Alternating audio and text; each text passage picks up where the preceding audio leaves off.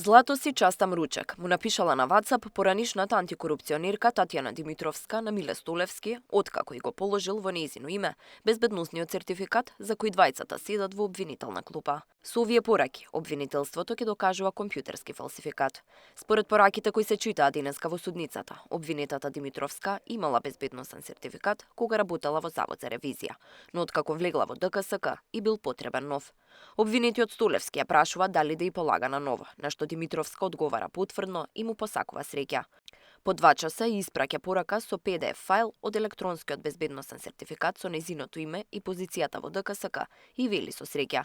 Димитровска му одговара, ајде нека ни е, злато си. Обвинителството со изведување на овие пораки докажа дека реално лицето Миле се приклучил на вебсајтот неовластено, ги дава податоците и го полага тестот за име и за сметка на друго лице. Според одбраната на Димитровска, пораките изведени во судницата не представуваат кривично дело. Работи за квиз тест кој е од таков формат кој нема строга форма и не е забрането сето ово што денеска го видовме на ниво на комуникација. Во исто време беа презентирани пораки помеѓу обвинетата Билјана Петровска-Мантева, вработена во ТЕЦ Неготино, која му ги испраќала на поранишниот директор Небојша Стојановиќ, во кој го известува дека отворена истрага за набавката на мазут. Беше презентиран принтскрин во кој таа фотографирала наредба од БЈБ и му ја испратила на Стојановиќ.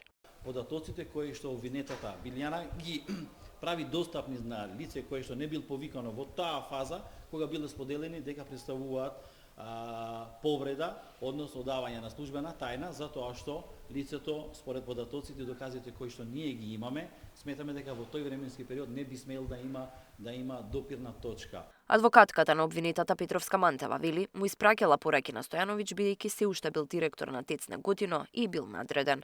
За документите од БЈБ кои му ги пратила, не пишувало строго доверливо.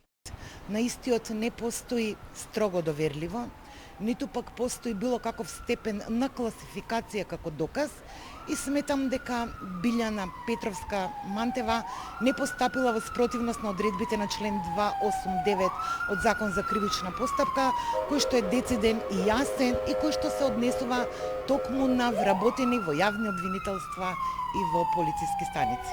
Судењето продолжува на 30 април. Тамара Дичовска, Сител телевизија.